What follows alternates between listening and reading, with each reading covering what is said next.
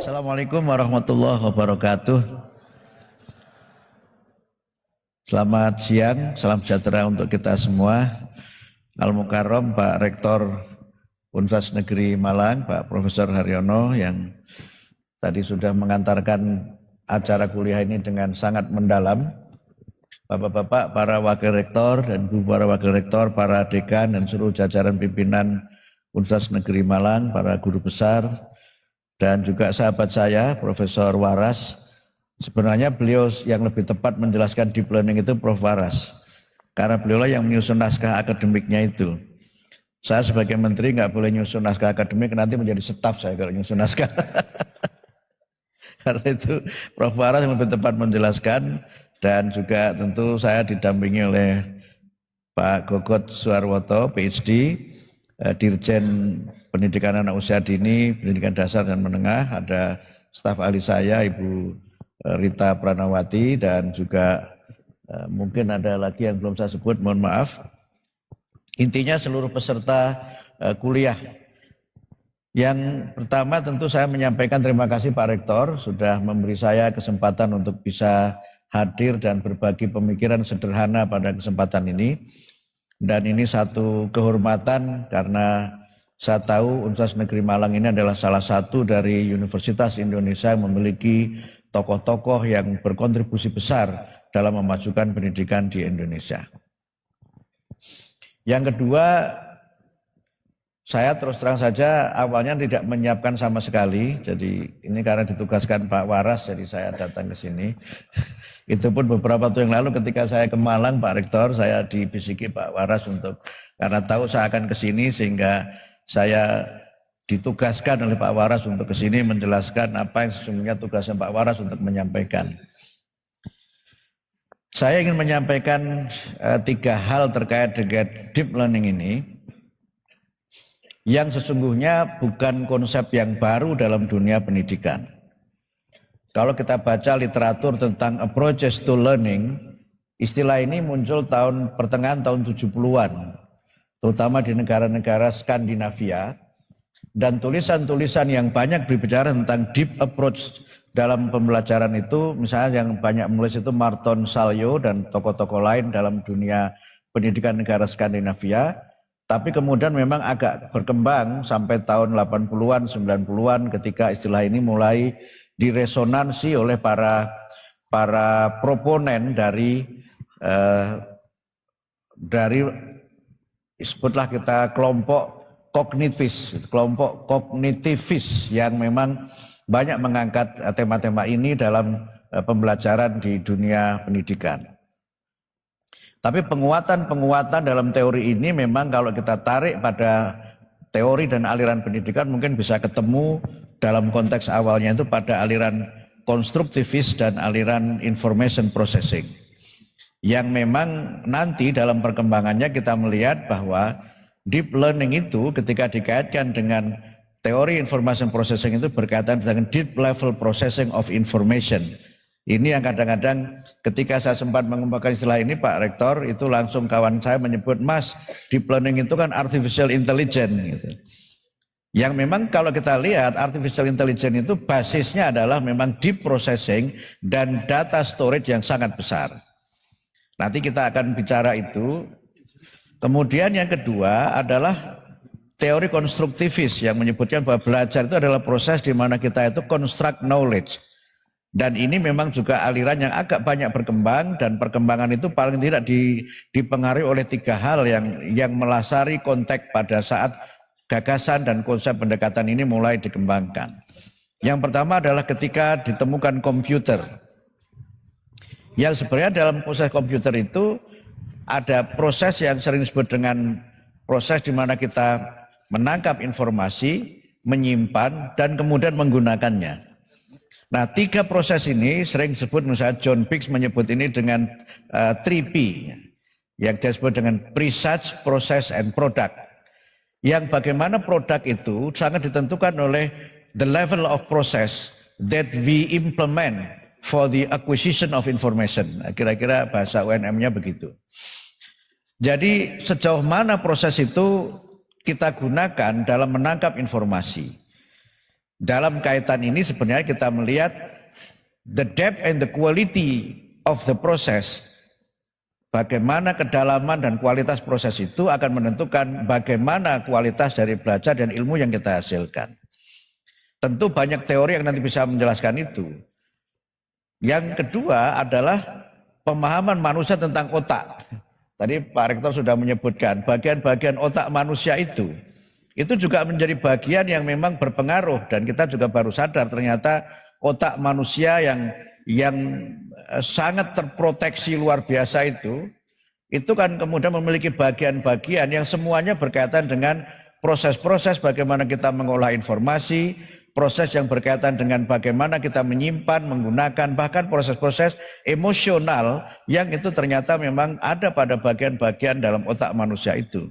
Tadi Pak Rektor sudah menyampaikan beberapa bagian yang berkaitan dengan bagaimana otak manusia itu berkembang dan bagaimana otak manusia itu berperan dalam proses pembelajaran itu.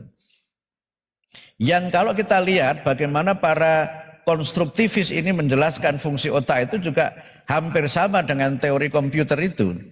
Karena otak itu menangkap informasi dari indera manusia, apakah melalui penglihatan, pendengaran, kemudian meraba dan seterusnya itu. Kalau di teman-teman muslim sebagian malah ada indranya, indra ke-6 katanya, yaitu indra jati namanya yang ke-6 itu. Itu berpengaruh gitu. Dan menarik, tadi Pak Rektor sudah memulai dan saya izin untuk menggunakan ilmu saya sebagai orang UIN gitu. Ketika orang itu melihat, sesungguhnya bukan physical proses yang terjadi. Tetapi melihat itu mesti melibatkan otak. Melibatkan otak. Karena itu Quran itu menggunakan istilah a'yunun la yubsiruna biha. Mata yang tidak melihat. Karena apa? Melihatnya tidak menggunakan perhatian, tidak menggunakan pemikiran, dan tidak menggunakan keterlibatan perasaan ketika melihat sesuatu. Disinilah sebenarnya deep processing sudah dimulai. Karena itu kalau kita bicara mengenai teori-teori ini, mesti pintu pertamanya adalah attention, perhatian. Yang attention itu, kalau saya kutip orang kognitivis, itu menyebut allocatable mental resources. Sebenarnya proses mental yang bisa kita atur. Bisa kita atur. Karena itu pintu pertama untuk kita melakukan learning yang mendalam itu adalah attention, perhatian. Dan kalau perhatian ini terlibat dalam proses itu, maka otak kita terlibat, indera kita terlibat, dan kemampuan kita, pengalaman kita, pengetahuan kita miliki juga terlibat. Disinilah kemudian kalau kita gali agak ke belakang, teori ini juga sebenarnya tidak jauh berbeda dan tidak punya kontradiksi dengan berbagai hal yang orang menyebut dengan quantum learning, quantum teaching, dan sejenisnya itu. Karena while we are listening to something, ketika kita mendengar sesuatu, while we are seeing something, ketika kita melihat sesuatu, sesungguhnya otak kita itu tidak berhenti. Otak kita itu bekerja dan ada proses di mana yang kita lihat, yang kita dengar, yang kita raba, yang kita rasakan itu dihubungkan dengan apa yang sudah kita ketahui sebelumnya. Sehingga di sini ada proses yang melibatkan pengalaman, pengetahuan, bahkan rasa ingin tahu yang lebih jauh dalam kita melakukan proses belajar itu. Itu yang kedua. Yang ketiga adalah sebuah proses yang memang mendasari ketika orang itu mulai memahami sistem komputer itu, kemudian bagaimana cara kerja otak, kemudian dikaitkan dengan bagaimana ilmu itu digunakan. Nah, disinilah kemudian the usage of the knowledge itu tidak sekedar A keluar A. Kata kunci dalam proses ini adalah transformasi, bukan transfer. Karena itu teori yang menyebutkan belajar itu proses transfer of knowledge, skill and values. Itu menurut saya adalah proses belajar yang saya menyebutnya dengan belajar yang tadi Pak Rektor juga mengantarkan di depan. Proses belajar disebut dengan surface learning. Pembelajaran yang hanya di permukaan, yang orang itu tahu what, they know about what, tetapi kadang-kadang know what gitu. Nggak ngerti apa-apa gitu. Dia belajar itu buat apa itu nggak ngerti. Sehingga karena dia tidak mengerti, maka kemudian dia tidak menemukan meaning dari yang dia pelajari. Dan lagi-lagi ini orang konstruktivis yang sudah bicara begini. Karena learning is about finding meaning, menemukan makna dan kita pelajari. Nah, proses menemukan makna inilah sebenarnya proses yang membuat orang itu merasa gembira ketika dia belajar. Nah, di sini mungkin kita ketemu teori Gestalt. Ya, ketika orang belajar itu menemukan insight. Ya, insight itu kan menemukan pencerahan dari yang dia pelajari itu. Dan berbagai teori lain yang menjelaskan bahwa knowing something, mendapatkan sesuatu, mengetahui sesuatu adalah proses di mana orang menemukan apa yang baru dari yang dia pelajari. Nah, mohon maaf kalau saya agak mengambil porsinya teman-teman dari Universitas Negeri Malang karena saya S1 juga tarbiyah, jadi saya agak mempelajari teori-teori ini semua. UIN itu hanya rumahnya saja, ilmunya kan hampir sama gitu. Mungkin kelebihannya plus ayat-ayatnya itu yang mungkin agak berbeda. Nah, karena itu maka ini dalam konteks ilmu di Islam Pak Rektor, ketika orang memiliki ilmu maka disebutkan ilmu itu cahaya. Al-ilmu nurun, ilmu itu cahaya. Nah, insight dalam bahasanya Gestalt sebenarnya. Bahasanya Gestalt itu kan insight itu. Oleh karena itu maka mata itu melihat kalau proses-proses mental itu terlibat. Nah, proses mental inilah yang menjadikan satu fungsi dasar bagaimana kemudian belajar itu terjadi. Nah, disitulah nanti mulai dari proses attention, kemudian memori dan seterusnya itu nanti berjalan lebih lanjut. Tapi core-nya adalah deep level processing. Gitu.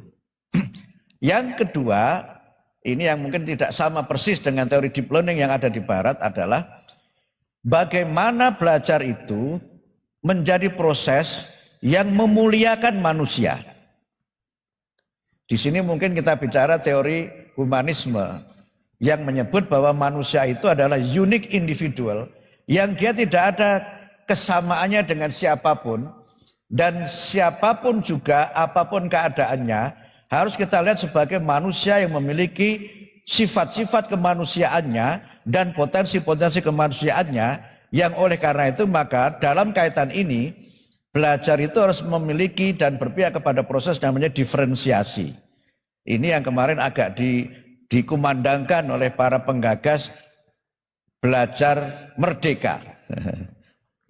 Sayangnya, mohon maaf, konstruk teorinya tidak dimulai dari situ. Kenapa kita harus memuliakan manusia? Karena manusia memiliki potensi-potensi yang dengan itu memang manusia tidak sama satu dengan yang lain. Nah, disinilah kemudian proses yang Pak Rektor menyebut sebagai humanisasi itu menjadi dasar dalam kita ini belajar. Orang tidak boleh dipaksa dengan target-target tertentu.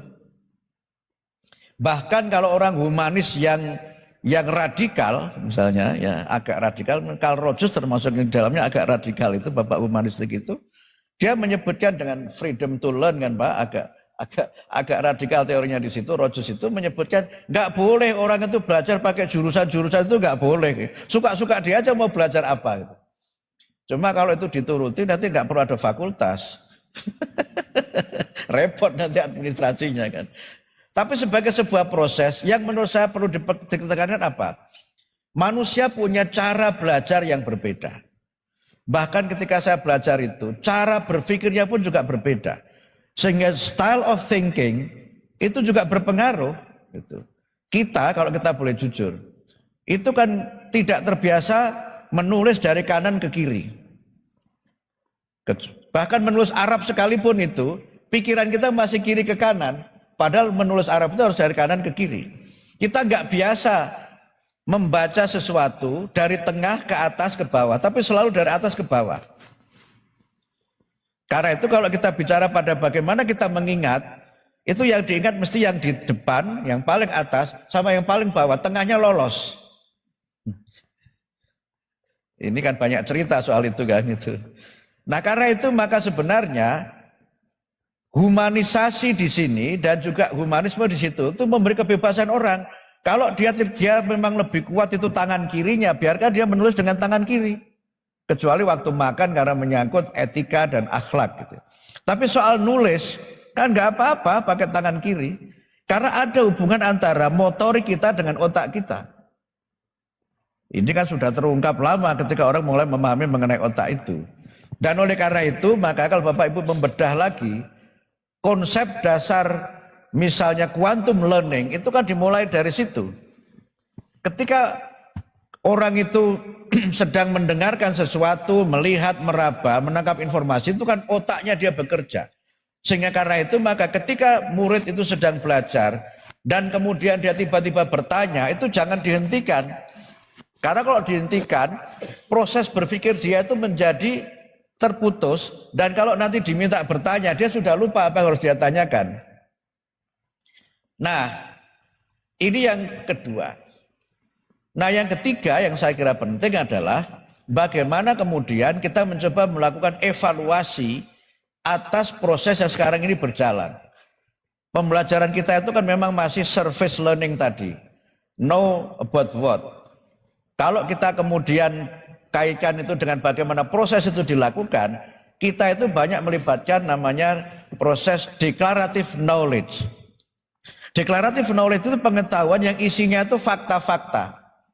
Isinya fakta-fakta, yang fakta itu kadang-kadang terpisah dengan yang lain, sehingga kemudian membuat orang itu tidak menemukan makna dari yang dia pelajari. Kalau orang bertanya ibu kota Jawa Timur Surabaya, itu kan fakta. Tapi untuk apa dia mengerti bahwa Jawa Timur itu ibu kotanya Surabaya, itu nanti bisa menjadi masalah kalau dia kemudian tidak menemukan makna di balik dia mengerti mengenai ibu kota Jawa Timur adalah Surabaya. Ketika orang mengerti wilayah di Jawa Timur, ada wilayah Malang, Tulungagung, Trenggalek dan sebagainya. Kalau dia sudah mengerti itu dan kemudian tidak menemukan makna dari situ, maka pembelajaran menjadi sesuatu yang menyiksa. Apalagi kalau itu nanti keluar dalam ujian, karena konsekuensi dari surface learning itu adalah reproductive learning. Belajar yang kita hanya mereproduksi apa yang sudah diajarkan, walaupun tidak tahu artinya, tapi bisa menjawab.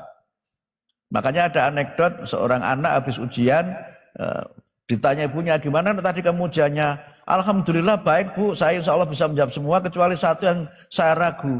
Ada pertanyaan, ibu kota Jawa Timur itu mana? Gitu. Nah sang anak menjawabnya Bandung.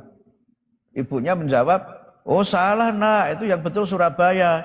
Akhirnya sang anak berdoa, ya Allah pindahkanlah ibu kota Jawa Timur dari Surabaya ke Bandung. Sehingga mengerjakannya itu fill in the blank aja, isilah titik-titik yang kosong itu. Reproduktif semua, sehingga orang itu menghafal tanpa tahu mengapa dia harus menghafal dan bagaimana caranya harus menghafal.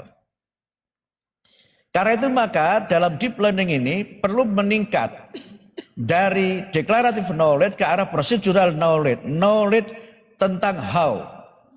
Yang how itu sebagian dibangun dari meaningful fact, fakta-fakta yang bermakna.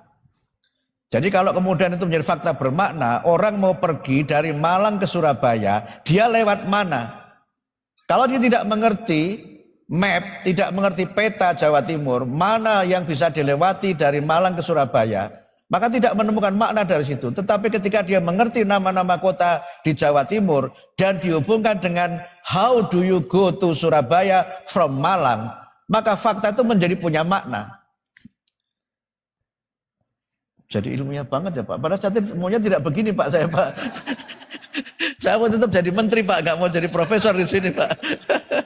Karena biasanya menteri itu bicaranya anggaran Pak. Apalagi sekarang sedang efisiensi macam-macam itu. Maunya begitu Pak saya itu. Tapi nggak apa-apa mumpung di sini jadi saya biar jadi profesor di sini. Nah, kemudian yang berikutnya adalah bagaimana menghubungkan itu. Bagaimana fakta-fakta itu dihubungkan. Nah, di situ sebenarnya selama proses berjalan, maka otak kita bekerja, ilmu yang kita miliki bekerja, dan kemudian ilmu yang kita miliki ditambah. Karena sesungguhnya banyak fakta dalam kehidupan itu tidak berdiri sendiri. Nah, kembali di sini masuk pada wilayah agak teknikal adalah deep learning itu dimulai dari mind map. Ini teori Tony Buzan itu.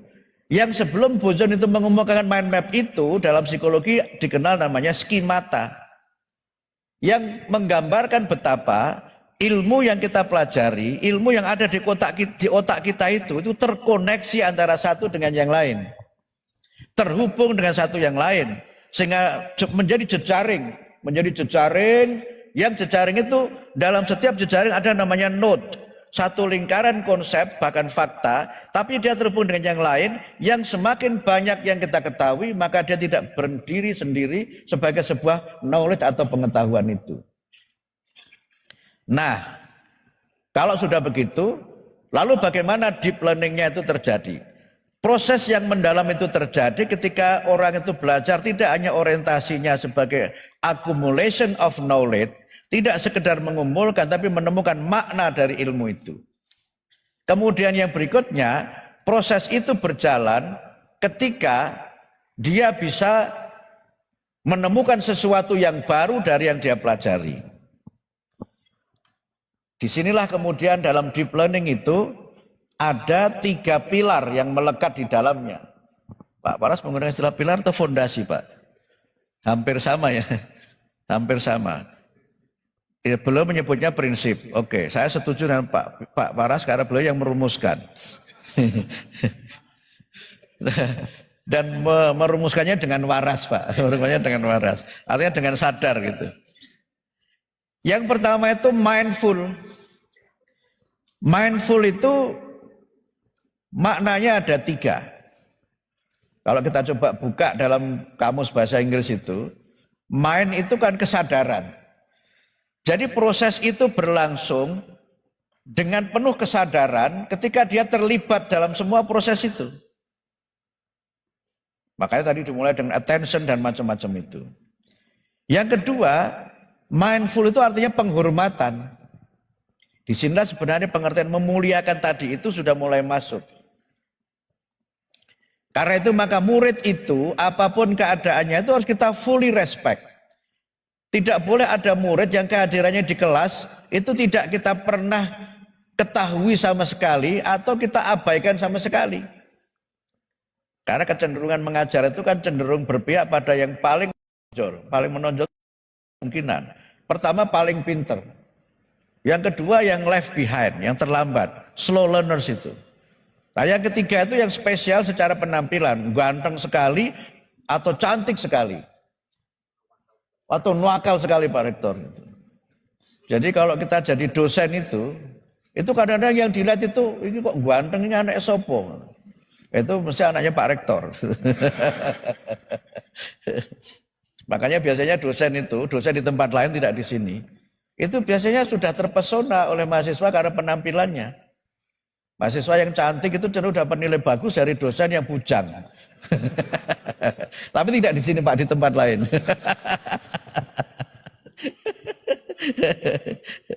Ini kan sama-sama dosen lah kita ya baik. Jadi tidak boleh ada negligen, tidak boleh seseorang itu diabaikan. Semuanya harus diberikan perhatian yang penuh oleh gurunya. Tidak boleh dia dilukai perasaannya dan tidak boleh dia tidak dihargai pendapatnya. Itu mindful yang kedua pengertiannya itu. Kemudian yang ketiga adalah proses reflektif. Itu yang kemudian disebut dalam teori belajar yang lain itu proses metakognisi.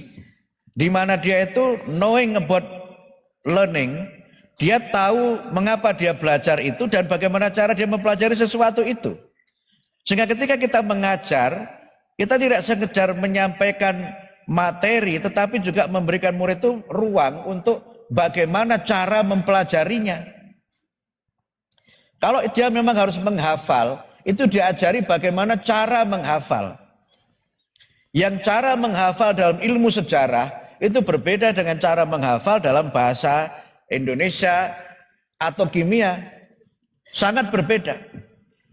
Dalam matematika orang bisa hafal rumus-rumus matematika, tetapi tidak mengerti bagaimana menggunakan rumus itu ketika logiknya itu tidak masuk di dalamnya. Karena itu maka dalam deep learning itu dengan mindful learning itu semua diajak untuk terlibat dalam pembelajaran. Semua pengalaman yang dimiliki, pengetahuan sebelumnya itu dieksplorasi, diberikan ruang. Yang dengan itu, nah ini ketemu dengan teori yang agak klasik yang disebut dengan CTL itu, Contextual Teaching Learning, di mana kita mencoba untuk mengetahui sesungguhnya Murid-murid kita ini sudah mengetahui tema itu sedalam apa, sebesar apa. Yang bisa jadi dalam proses ini, guru tidak perlu pakai buku teks. Dia tinggal mengeksplorasi apa yang ada di dalam kelas sambil mengarahkan supaya tetap sesuai dengan tema. Sehingga sebenarnya semua orang itu merasa punya kontribusi dalam pembelajaran. Dia merasa terlibat, dia merasa dihormati. Karena apa? Dia tidak undermine, tidak direndahkan oleh gurunya. Nah, ini mindful yang kita maksud dalam deep learning itu. Begitu kita sudah mengabaikan pendapat murid dan kemudian kita langsung vonis itu salah, itu keliru, nah, sudah selesai. Besok tidak berangkat dia. Tetapi ketika kemudian kita coba tidak usah kita salahkan, walaupun pendapatnya sama sekali nggak ada hubungannya, tapi dia sudah berpendapat dan kita perhatikan, kita cukup mengatakan mungkin, oh iya coba ada lagi yang lain tanpa mengatakan dia salah, maka dia tetap merasa dihargai karena pendapatnya didengar. Nah itu yang pertama. Yang kedua meaningful, kan? Menjadi bermakna. Nah kalau kita orang Islam itu kan selalu berdoa supaya diberikan ilmu yang bermanfaat. Ya kan, bahkan di antara doa yang kita itu diselamatkan itu kan min ilmin la yangfa, dari ilmu yang enggak bermanfaat. Ilmu yang tidak bermanfaat itu ilmu yang dia tidak mengerti mengapa dia mempelajari itu. Karena itu dia harus menemukan meaning. Saya belajar to be dalam bahasa Inggris misalnya he is, itu untuk apa saya mempelajari itu? Bagaimana saya bisa menggunakan to be itu secara maksimal sehingga yang dipelajari hanya to be, hanya is saja, tapi objek di depan sama belakang, subjek sama objeknya itu berbeda, itu menjadi sangat kaya. Dan dia didorong untuk bisa menggunakan is itu dengan sebanyak-banyaknya termasuk is 3, is 4 dan seterusnya itu. Gitu. Nah selama ini kan kita belum begitu. Kalau contohnya itu misalnya he is a professor, he is a student, maka sudah selesai di situ. Tapi ketika kita hanya menekankan titik tekannya ini adalah to be, bagaimana murid menggunakan kata-kata is to be is itu, tapi di depannya diganti subjeknya, kemudian diganti profesinya, predikatnya, maka dia bisa membuat sekian banyak contoh kalimat, dia menemukan oh ternyata dari is itu banyak sekali ya gitu. Kira-kira begitu. Jadi meaning itu dia temukan dari dia punya kesempatan menggunakan itu. Sehingga mungkin di depan diganti dengan misalnya apa? Kalau misalnya tadi apa nama orang mungkin diganti benda, cat, kucing, kan bisa juga kan? Kemudian nanti apa lagi? Yang makhluk binatang apa selain kucing? Apalah gitu. Biasanya kucing dan anjing itu kan sudah nggak berlaku tuh musuhannya itu, karena sekarang nggak berlaku juga. Tom and Jerry juga sudah rukun itu. Sama-sama main film juga. Jadi diberi kesempatan itu. Ketika orang mengerti rumus segitiga, ya, setengah alas kali tinggi. Setelah dia tahu setengah alas kali tinggi itu menggunakannya bagaimana, itu nanti menjadi menarik. Dibuat contoh. Pak Rektor memiliki gedung yang bentuknya segitiga. Berapa? Dicontohkan real, konkret begitu. Sehingga dia menemukan ternyata belajar setengah alas kali tinggi itu gunanya banyak. Tapi lebih bermakna lagi kalau kemudian dia menemukan makna itu dalam kaitan dengan dia bisa mempelajari sesuatu yang lebih dari itu. Sehingga meaning itu tidak sekedar berkaitan dengan artinya apa, tapi manfaatnya apa. Dan kemudian saya bagaimana bisa meningkatkan itu. Nah kalau itu semua sudah berjalan, mindful dan meaningful itu, maka pembelajaran mesti akan menyenangkan, akan joyful. Saya sengaja tidak menggunakan kata fun. Karena teori yang banyak dipakai kan, belajar menyenangkan dengan fun learning itu dimaknai fun itu funny learning. Padahal yang fun itu belum tentu menyenangkan. Yang funny kadang-kadang nyebelin. Karena kadang-kadang guru itu memaknainya melucunya itu physical. Si Blacky kesini dong gitu. Maunya melucu tapi body shaming. Akhirnya besok dia beli pemutih. Supaya nggak dipanggil Blacky gitu, misalnya begitu. Nggak boleh begitu. Jadi joy, kesenangan itu ditemukan ketika dia menemukan tadi. Dia merasa dihargai, dia merasa bisa melakukan sendiri, dia bisa menemukan sesuatu yang baru. dan kemudian mendapatkan makna dari yang dia pelajari itu. Karena itu maka dalam deep learning itu tidak sekedar achievement motivation learning, belajar yang orientasinya hanya lulus. Achievement itu di atasnya surface. Tetapi kalau sekedar lulus, maka dia hanya akan mempelajari apa yang nanti ditanyakan dalam ujian, yang tidak kira-kira keluar dalam ujian tidak dipelajari. Itu tidak berlaku di sini saya kira. Mahasiswa UN Malang nggak begitu ya Pak ya? Enggak, itu zaman saya dulu begitu. Makanya sampai malam itu mencoba mencari kira-kira besok yang keluar itu apa gitu. Oh enggak jauh berbeda Pak. Sampai kemudian mengumpulkan itu. Apa namanya, jawaban singkat. Tidak, jangan bilang contekan lah, nggak enak gitu. Jadi karena orientasinya itu kemudian dibuat ranking-ranking. Dibuat ranking-ranking. Kamu ranking berapa nak? Alhamdulillah Bu, ranking 1. Muridnya berapa? Cuma 3 gitu. Jadi 1 dari 3. Ya hebat lah 1 dari 3. Yang repot itu ranking 1 dari 1. Kan ranking itu kan relatif. Karena itu sebenarnya tidak perlu dibuat pemeringkatan seperti itu. Walaupun tidak perlu ada nilai gitu. Tetap saja karena itu nanti harus ada memang administrasinya. Sehingga dalam kaitan ini, deep learning itu meniscayakan proses yang tadi saya sebut dengan metacognitive process, dan kemudian learner self direction. Dia memiliki kemandirian yang tinggi untuk belajar, sehingga evaluasinya itu adalah evaluasi yang sering kita sebut dengan solo. Nah, solo itu self observed learning outcome. Jadi kalau murid sudah mengerjakan suatu tugas kemudian oleh guru itu dianggap tidak benar, maka tidak langsung itu yang benar apa, tapi mungkin diberi tanda saja. Coba kamu pikirkan lagi, kamu lihat lagi, coba. Dan ketika itu ditemukan, tidak langsung diberikan jawabannya juga, tapi mungkin diberikan referensinya. Coba kamu baca lagi buku ini halaman sekian. Coba kamu lihat lagi teori ini, kemudian kamu bandingkan teori itu dengan jawaban atau dengan tugas yang sudah kamu buat. Jadi didorong untuk seperti itu. Dengan cara seperti itu, maka dia akan belajar banyak hal. Sehingga deep learning itu bisa berjalan kalau bagian terakhir Pak Rektor, materi yang dipelajari tidak terlalu banyak.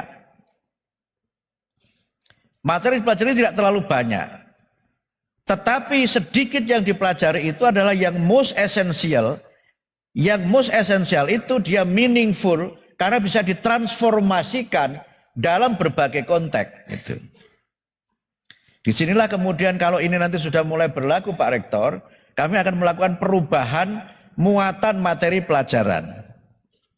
Sekarang kami sudah mulai tugaskan kepada BSKAP untuk melihat muatannya itu.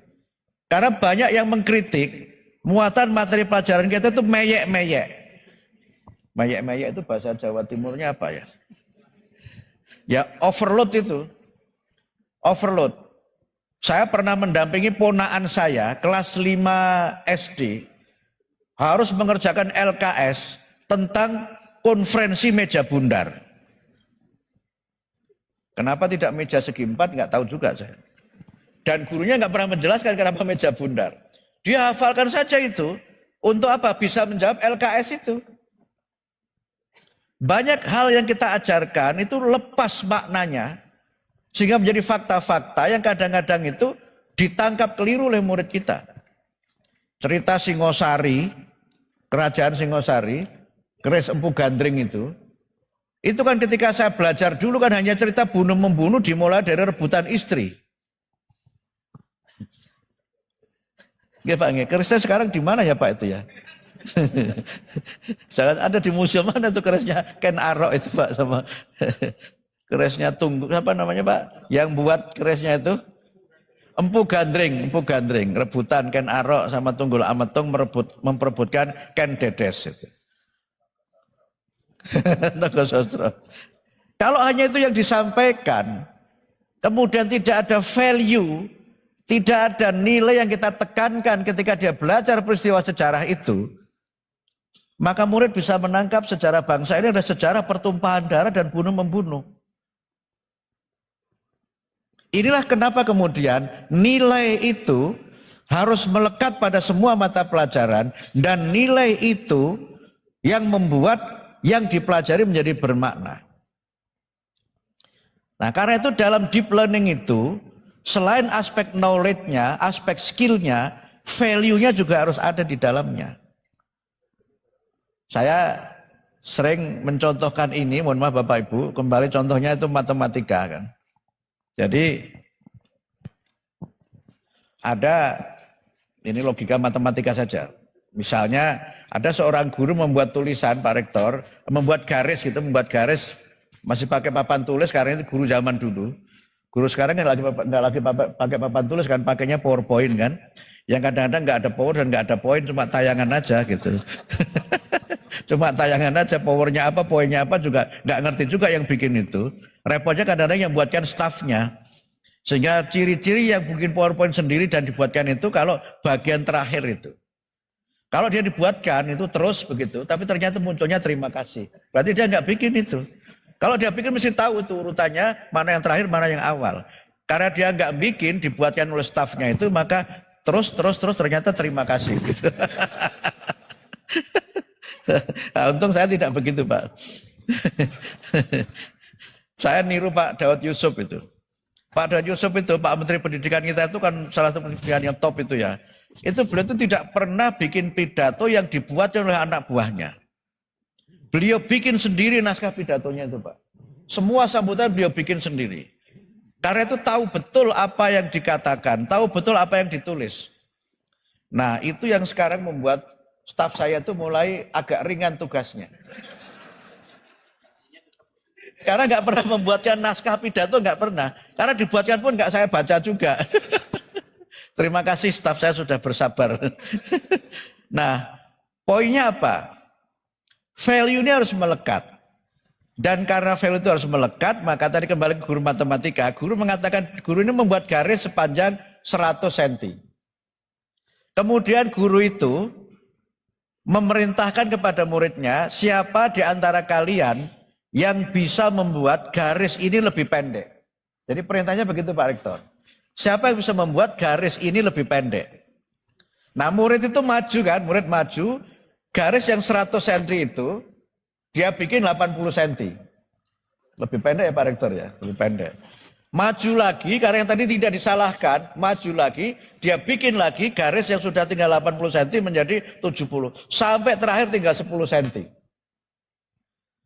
Tapi udah ada murid yang kesekian, yang dia maju, membuat garis 120 cm. Dengan garis 120 cm itu, maka garis yang 100 cm menjadi lebih pendek. Ya kan? Itulah logika matematika, itulah menemukan meaning. Nah belajar kita tuh seringkali nggak begitu Pak Rektor. Nah, mikirnya tuh motong-motong itu. Bahasa sekarangnya efisiensi. Itu motong-motong itu. Itu. Makanya saya nggak pakai kata dipotong, diefisiensikan. Bahkan saya bilang direalokasikan. Saya bilang begitu. Itu. Sama dengan ketika kantor itu jadi 3 Pak. Pak Rektor ada yang menyebut sekarang dipecah jadi 3 menteri. Enggak dipecah. Saya bilang direorganisasi menjadi 3 menteri. Dari dulu Mendikbudristek sekarang menjadi direorganisasi menjadi Menteri Dasar Menengah, Dikti Saintek dan Kebudayaan. Direorganisasi saja. Menterinya nggak boleh dipecah-pecah. Malah tadi ada kawan yang WA saya cerita, nggak apa-apa Mukti nanti 2029 juga digabung lagi katanya begitu. Kata kawan saya yang di WA itu Pak gitu. Nah karena itu kita harus mengajarkan itu kepada anak-anak kita itu. Sehingga tidak boleh ada materi pelajaran yang minus value. Disitulah kenapa Pak Rektor kami mulai menekankan setiap mata pelajaran harus ada pendidikan nilainya. Yang pendidikan nilai itu tidak selalu dalam pelajaran agama. Saya berikan contoh dalam pelajaran olahraga sekalipun itu juga harus ada nilainya di situ. Kita bisa mengajarkan karakter lewat olahraga. Bagaimana orang itu mau mengakui keunggulan lawan, itu kan harus berolahraga dulu. Nah kita itu kan hanya diajari siap menang, tidak siap kalah. Karena achievement tadi orientasinya, malah untuk bisa menang menghalalkan segala macam cara. Ini yang kemudian seringkali harus kita perbaiki. Karena itu maka kalau materinya dikurangi, maka kemudian kesempatan anak untuk mengkontekstualisasikan yang dipelajari dalam kehidupan sehari itu menjadi penting. Yang super terakhir, misalnya saya berikan contoh dalam konteks tadi, menghubungkan antar ilmu. Nah, supaya saya tetap sebagai orang UIN, saya berikan contoh. Misalnya matematika dengan sholat. Kalau ini kan agak gampang ya, rokaat sholat itu kan matematika gampang. Karena waktu saya sekolah itu Pak, saya punya 3 nilai merah di semua jenjang Pak. MI saya punya nilai merah 1, matematika Pak, waktu saya kelas 5 itu. Sanawiyah pernah punya nilai merah 1 waktu saya kelas 1 Sanawiyah. Aliyah saya punya nilai merah 1 waktu saya kelas 2. Jadi matematika terus Pak yang merah itu. Tapi ketika di MI itu guru saya menghibur saya. Mukti nggak usah sedih, matematika itu tidak menjadi pertanyaan kubur. Itu cara guru saya menghibur saya begitu Pak. Bahkan kemudian dikatakan di akhirat itu tidak ditanya matematika itu. Ya karena dulu saya anak MI kan, dan kalau nanya mesti di blaming, kamu jangan banyak nanya seperti Bani Israel gitu. Ya nggak pernah ditanya juga Pak gitu. Tapi lama-lama setelah saya tuh kuliah, setelah saya ini kok kayaknya Pak Guru itu nggak bener deh gitu. Kenapa begitu? Matematika itu ilmu yang di dunia dan di akhirat masih berlaku Pak. Nanti di akhirat itu ada namanya yaumul hisab. Itu hari di mana amal kita itu dihitung, itu kan matematika itu.